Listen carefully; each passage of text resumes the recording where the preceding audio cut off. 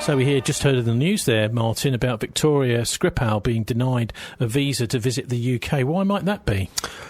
Well, because they're basically not following any kind of procedure here at all. Actually, Russians generally can get visas, can't they? Yeah. You can come on a tourist visa, no problem. What's the problem? Well, they're saying, well, as far as I can gather, they're claiming that she's been put up to this by the Russian government, and they're not following any procedure with any of this anyway. The thing is, I mean, if your member of your family is in intensive care, surely that's the first thing you want to do is to go and see if they're okay, and yet Victoria's being told no. Well, it's very interesting that this nerve agent, which apparently kills on immediately when you touch it, Novichok, all three of the people that were supposedly infected with it have recovered, and all of the other people that have been in contact with it, that nothing happened to them at all. And we've seen ridiculous pictures of people wandering around in chemical warfare suits. Meanwhile, police officers are wandering by with no chemical warfare suits on at all. It looks like theatre. Martin, that's fire officers actually behind.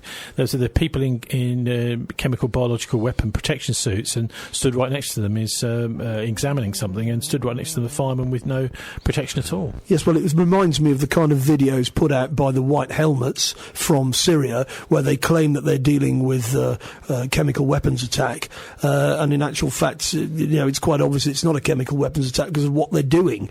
That if it was sarin, they'd all be dead because they haven't got any chemical. Okay, so they haven't got the right equipment, etc. The issue of the week, which is whether or not this Novichok originated in Russia. Well, whether there's any Novichok at all, I think, has to be a question here. Because if it was Novichok and it had been smeared on a door handle, as has been suggested, then that should have killed quite a lot of people. And immediately, and of course, they wandered off and went to a pub, a restaurant, and then they were found on a park bench. If they'd put Novichok on the door, they'd be dead straight away, wouldn't they? Okay, well, let's just assume that there was some nerve agent involved in this. Well, that's a presumption, isn't it? Is it from Russia? Well, as you saw this week, the head of Porton Down, who's not actually a scientist, he used to head up Motorola. He's a PR person, but he said, well, actually, he's a chief executive. Well, he's a chief executive, but he's got nothing to do. He's got no scientific background. Well, of course, he will have a scientific background working for Motorola. No, but nothing, electronics, that sort of thing. No, he's a very strange person to be there. I'm just pointing out. But anyway, he is their spokesperson, and of course, we've known all along that Porton Down wouldn't say that Novichok came from Russia because they've been leaking that to Craig Murray, who I believe we've got a clip of later. And so he said from the very beginning that the Porton Down scientists were not prepared to say it came from Russia. And of course, then eventually Porton Down come out and say, well, actually, we can't say it came from Russia. But by that stage, the British ambassador and Boris Johnson have already definitely said that Porton Down said it did come from Russia. Well, let's have a listen now to Boris Johnson speaking on Deutsche Welle, a German channel, back on the 22nd of March. See if you think he's lying. You argue that the source of this nerve agent, Novichok, is Russia. How did you manage to find it out so quickly?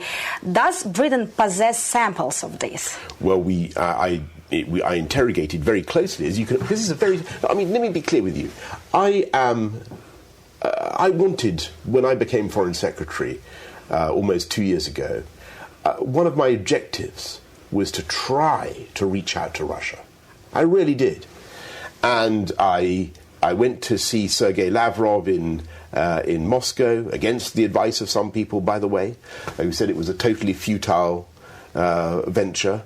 But I wanted to, because I genuinely think Russia is an incredible country, a fantastic place, and it pains me to see the way things have got between us. And so I'm genuinely distressed by what has happened. But when I look at the evidence, I mean, the people from Porton Down, the laboratory. So they have the samples. They do, and they were absolutely categorical. I mean, I asked the guy myself. I said, "Are you sure?" And he said, "There's no doubt." So we have very little alternative but to take the action that we have taken. Well, I mean, basically, he fluffed and flammed around to begin with, and then when he was asked a direct question, he said that he got it from Porton Down, that they definitely had traced it to Russia. Okay, well, let's hear it from Porton Down then said, no, we didn't. We didn't say that. Let's hear it from the horse's mouth. Gary Aitkenhead here, speaking to Sky. He's the director of Porton Down.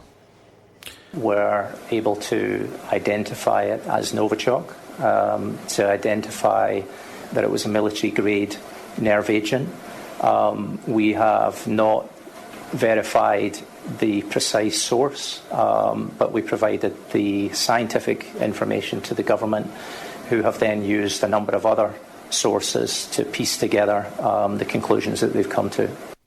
Well, a number of other sources, not Porton Down, Martin. No, indeed. And, of course, the other thing is that various organic chemists have been propping up on the internet today, saying that in actual fact Novichok can be made by non-state actors. It's quite straightforward to make it if you want to make it. Can anyone ever trust Boris again? I mean, not just in this country. He's a serial liar. Just in this country, but around the world. I mean, what sort of person? What's it like to have the British Foreign Secretary walking into the room? I mean, surely now that just means that no one will trust a word he says. Well, that's right. He was always a very unfortunate choice to be Foreign Secretary, wasn't he? He's no Robin Cook.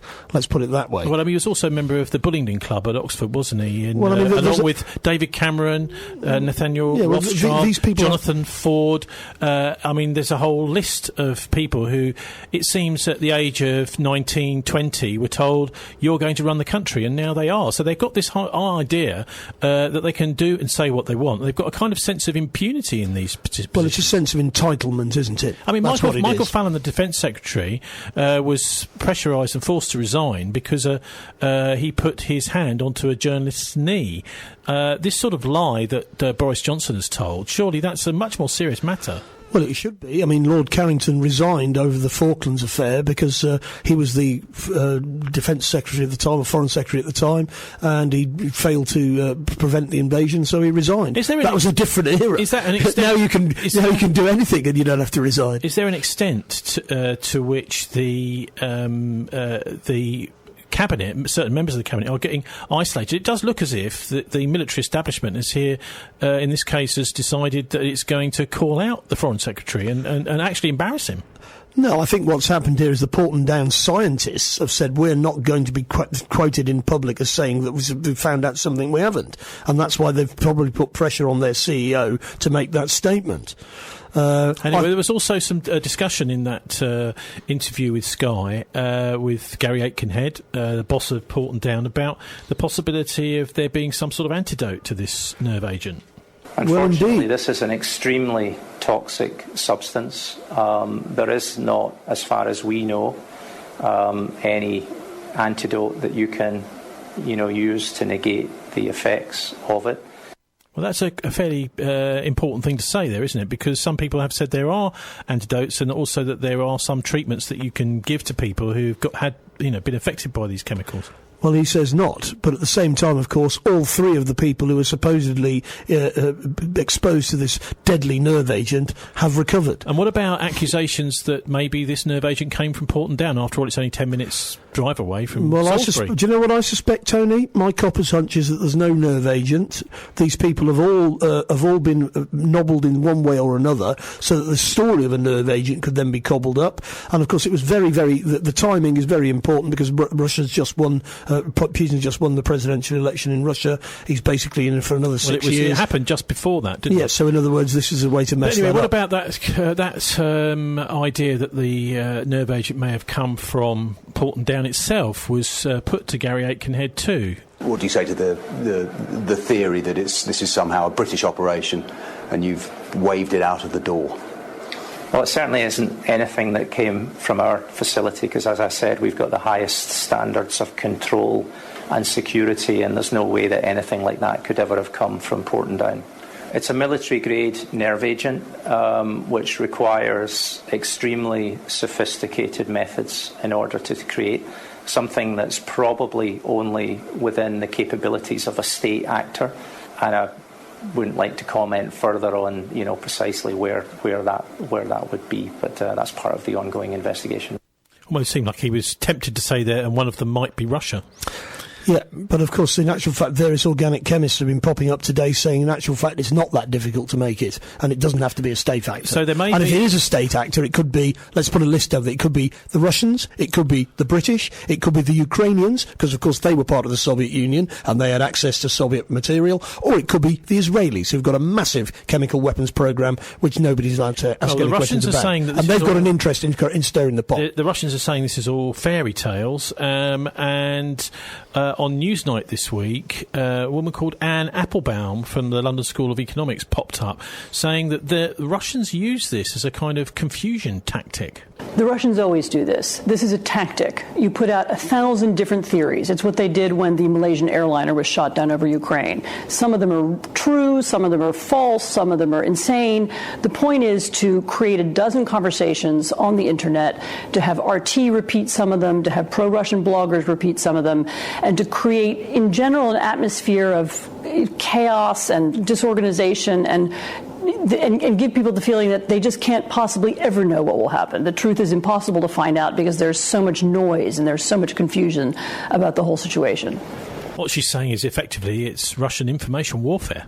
Well, what she's saying is, in actual fact, she's giving the game away. This is what Cambridge Analytica and all these other people do. They come up with they come up with the narrative that the Buck missile shot down MH17, even though you've got BBC journalists on the ground who got eyewitnesses saying that they saw a Ukrainian plane shoot it down. So you're saying that she's accusing the Russians of what actually the West is doing? Well, exactly. What RT, and as you know, I'm a regular on RT, what RT is trying to do and the Russians are trying to do is actually play a straight bat. It's the West that comes out with all of these various theories about this, that and the other, and of course it's always their theory that's, if the British government secret services say we have nothing to do with it, well, that's the end of it. I mean, if the British secret services say they had nothing to do with it, and they are our secret services after all, and they never lie, not because British secret services never lie, therefore it must be the Russians. I mean, it's this childish stuff. In actual fact, what RT does and what we're doing now is we're going through the various theories which the governments have come up with, and we're seeing which ones are more credible. And of course, if you look at what happened in Syria,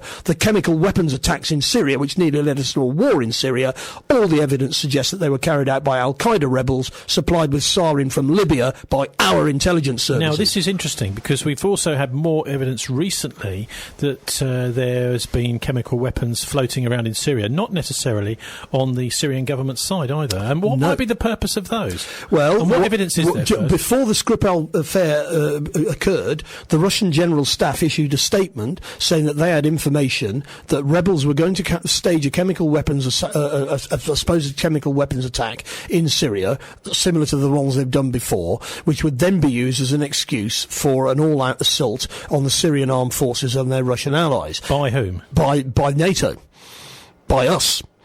Yeah, and we've been killing Russian personnel in Syria for quite a while now. The RAF were involved in the attack at Deir ez-Zor that killed 90 Syrian army guys. Now, what they did is they managed to capture the chemical weapons factory in Idlib, and they even showed people, look, this is a chemical weapons factory that Al-Qaeda have been running. But of course, what people like Anne Applebaum will say, and she's a neoconservative in US terms, is, oh, well, the Russians do this just to confuse everything. In actual fact, what's really going on is Cambridge Analytica and SCL or whatever it was that was the core. They actually went to Dicey, the military exhibition some years ago, and their pitch to the punters was, we could stage a fake chemical weapons attack in London, and then you could do all the things you need to do on the back of that, but we could make it look real and everybody would believe it was real. And that's what they were selling to the government's people there as what they could do for them.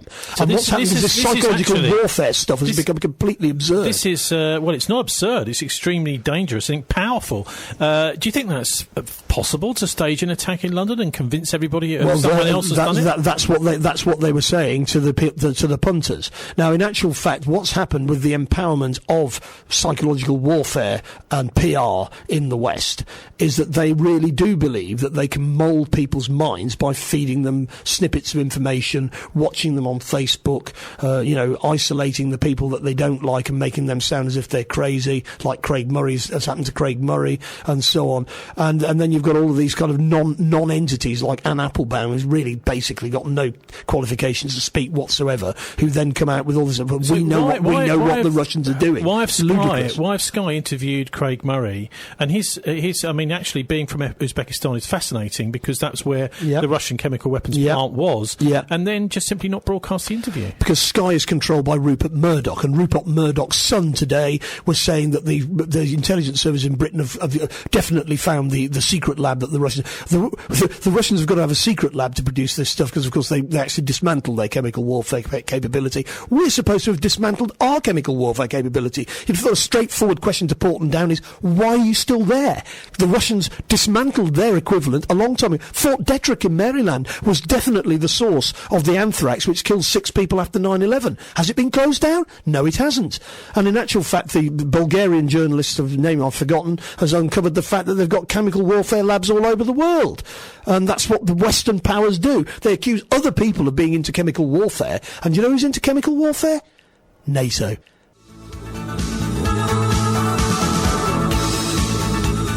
Well, quite appropriately, that's from 1984, Stranglers and Skin Deep. Now, Martin, we also had last night at the United Nations Security Council some quite serious conversations between the 3 main participants. Were Vassily Nebenzia, he's the Russian permanent member on the UN Security Council, Karen Pierce, I've never heard of before in my life, she's representing us, 60 million Britons, and also Kelly Currie from the United States.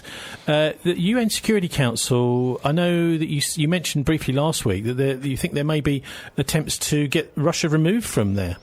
Well, the British side have already said that the goal is to get the Russians from the Security Council, which of course is the Russians are really they're not going to be removed from the Security Council because the Chinese will never stand for it. Is the UN any value anyway at the moment? Well, the problem with the UN system is it's been the Russians are actually quite keen on building up the UN, but the problem is that it's been subverted by the West. So that when the UN does what the West wants, they're quite happy to push the UN line. But when things like the Israelis totally disobey the UN, or things that happen, which the invasion of Kosovo or Libya, which has not actually been agreed by the UN, then or Iraq, or Iraq, that's right. Then it's coalitions of the willing and therefore and all the rest of it. The fact of the matter is that the Western powers play within the rules until they're losing, and then they say it's our bat and it's our ball and we're not playing anymore. For example, one of the things they did was exclude Russian UN diplomats as part of their kicking people out thing. The whole point of having the UN in New York is it's not actually up to the Americans to decide who is going to be a diplomat at the UN, but they've just taken no notice of that and kicked the Russians out anyway because it's on US soil. Maybe it should be moved to Geneva or somewhere.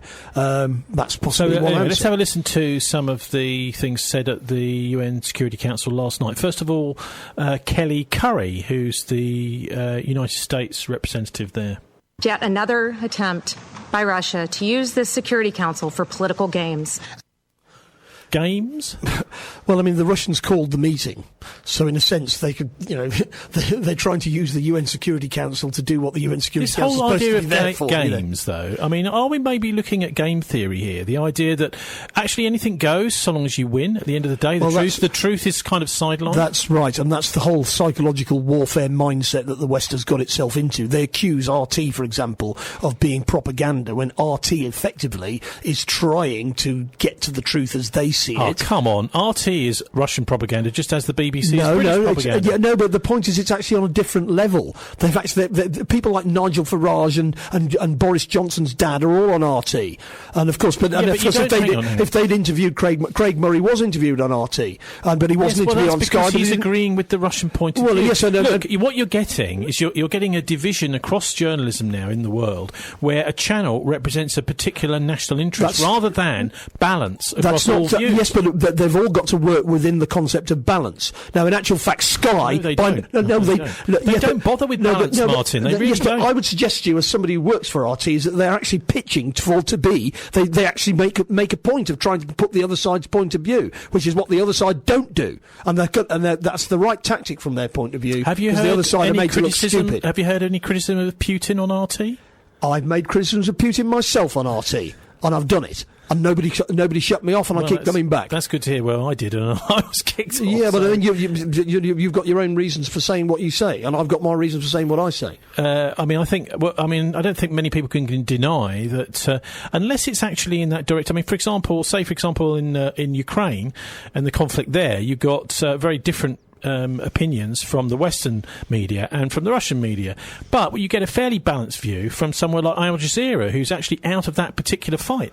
Well, not entirely, because Al Jazeera is run by. Well, yeah, but you did. I was looking at the coverage at the time. Al Jazeera was giving both sides. I mean, obviously, in the Israel-Palestine situation, it doesn't really give both sides. No. But it seems to me that many of these mainstream media outlets around the world are absolutely getting tied up with conflict with another mindset. If you really want to discuss this, and I don't know how much time we've got. Well, you obviously don't. Well, the point is that you've got various levels of this. You've got national media like RT, like BBC, like Al Jazeera, which operate on a different level. Frankly, they are more objective. And then you've got Sky News and Fox News, which are just privately run propaganda. Okay, now let's have a listen to the next person on the UN Security Council. Another short clip here, and this is our very own Karen Pierce.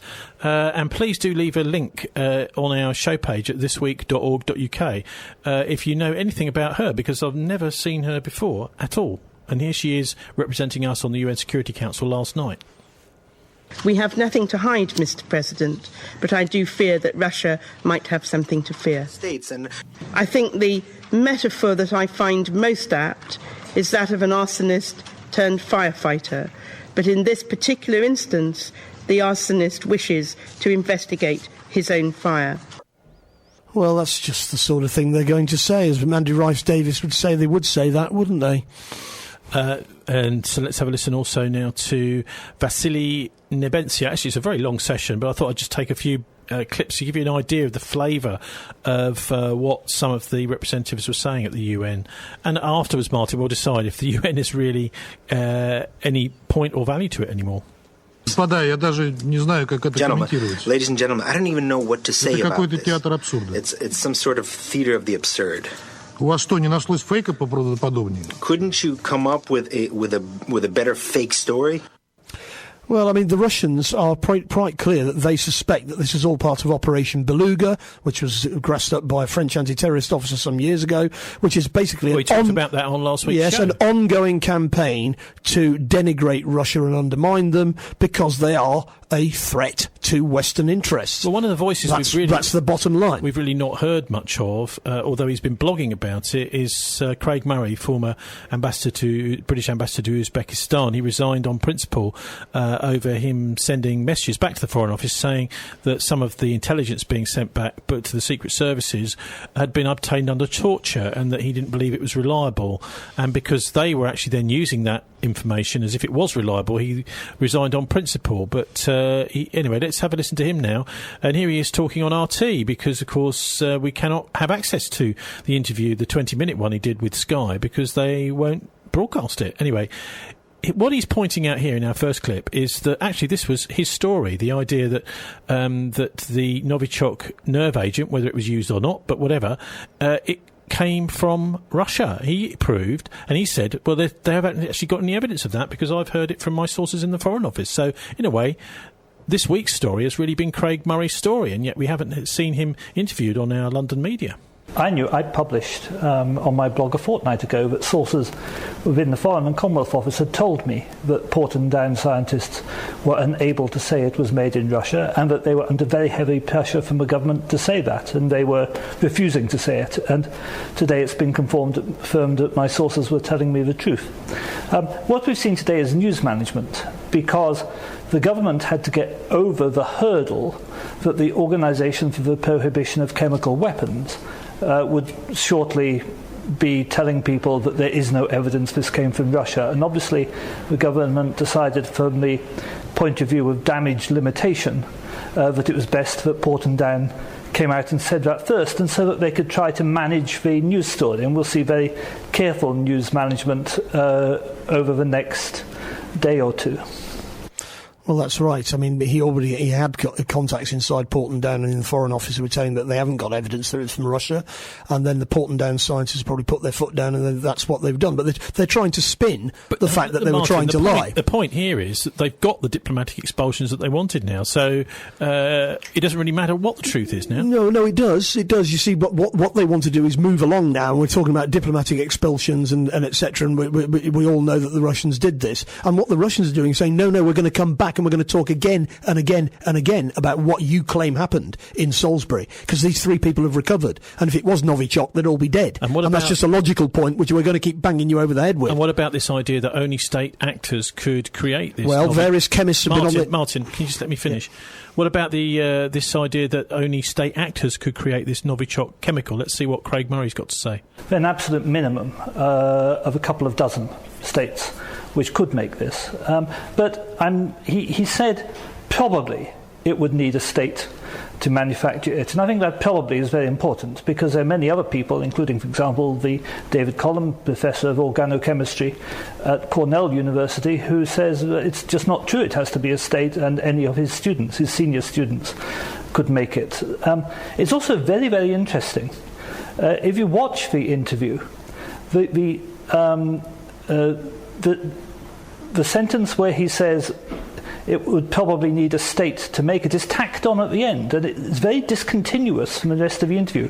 And if you look closely, you'll see that not only has the shot changed, the camera and tripod have actually been moved. So I strongly suspect that the government handlers, who would definitely have been in that room watching him, were unhappy with his interview, wanted something that implicated Russia a bit more, so they added on a bit at the end after it had all finished and the camera had been moved, saying it was probably a state actor.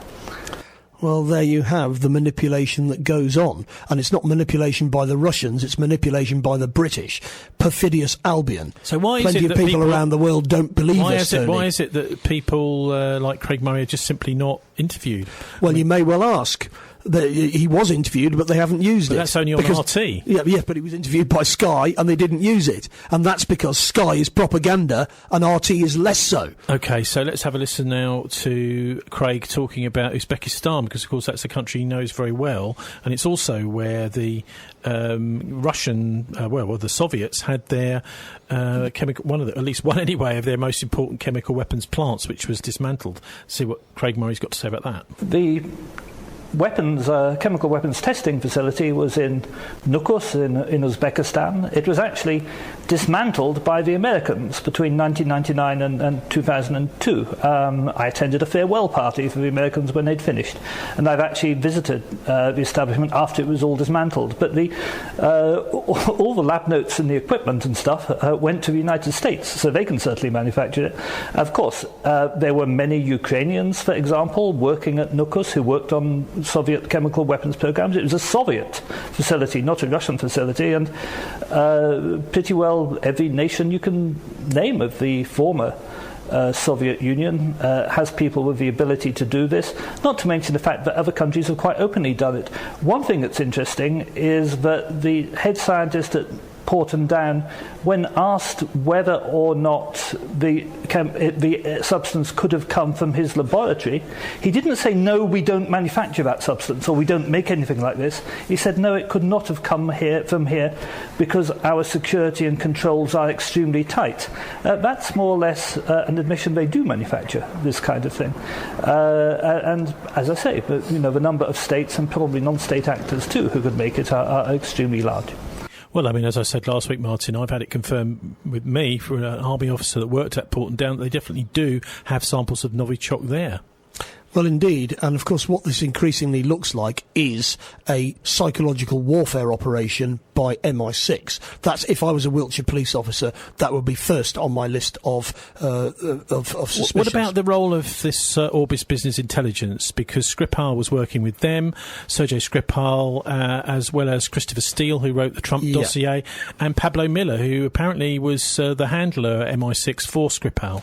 Yeah, so in other words, there's a link here with the so-called Russiagate scandal in the US, whereby MI6, because Steele was an ex-MI6 officer, but there's no such thing. Is this a sort of really privatised version of MI6? Yes, well, I mean, that's what's happening all over. There's no line of command anymore. What you've got is a subcontracting. But MI6 will scenario. do this for deniability's sake exactly. as well, surely. Exactly. They can say it's nothing to do with us. Nothing goes in the public records office about this. This is just a little private contract. Well, and if MI6 were to take some Novichok from Porton Down and use it for a psychological warfare operation, nobody else but them would know what they were doing. Mean, what's the implication of privatising this kind of thing? Well, what the implication is A, it gives them plausible deniability when they get caught out. So they can say, oh, there's nothing to do with us, like the American officer that was caught, or was they've got evidence that he orchestrated the snipers in the Maidan Square in 2014, because that came out in the court case in Kiev. And the other thing, of course, is it allows penetration of the state apparatus by powerful groups. But I mean, surely this sort of thing, billionaires Martin, and oligarchs. This sort of thing would be impossible to cover up. What sort of thing? Well, this kind of operation you're talking about. I mean, everyone would know about it. Listen, this kind of scam is the bread and butter of NATO intelligence services going back decades. There've been, the assassination of Aldo Moro, the bombing of Bologna railway station, the Dortmund beer hall massacre, the whole Gladio network. This was them. And it's police investigation has shown that this was NATO intelligence service. NATO intelligence services engage in deception, disinformation, terrorism and assassination. That's their stock in trade, and it has been for years.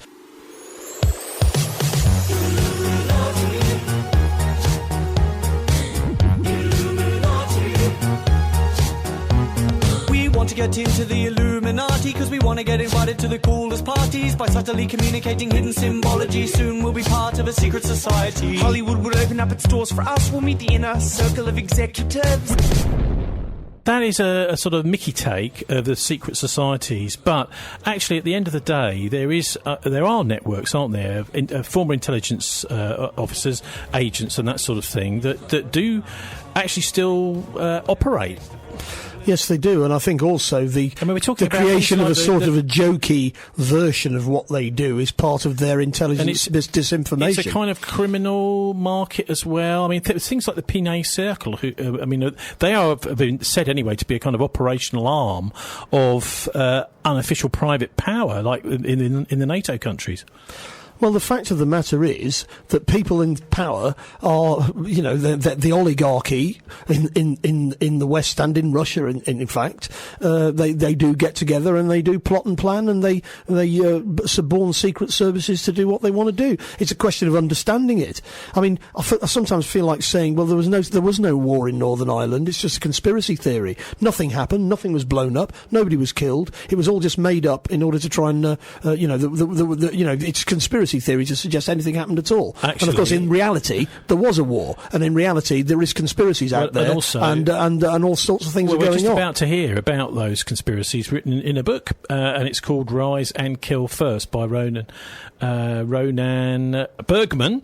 The first clip we're going to hear from him is when he talks about going from being in the Mossad and Shin Bet to being Prime Minister. The idea here being that the man that comes to the Prime Minister and says, we would like to assassinate this person, will you please sign off this operation, then after a few years becomes the Prime Minister himself. The chief of the Mossad, the chief of the Shin Bet, the Israeli domestic secret service, coming to the Prime Minister to convince him. This is usually happening in his private house.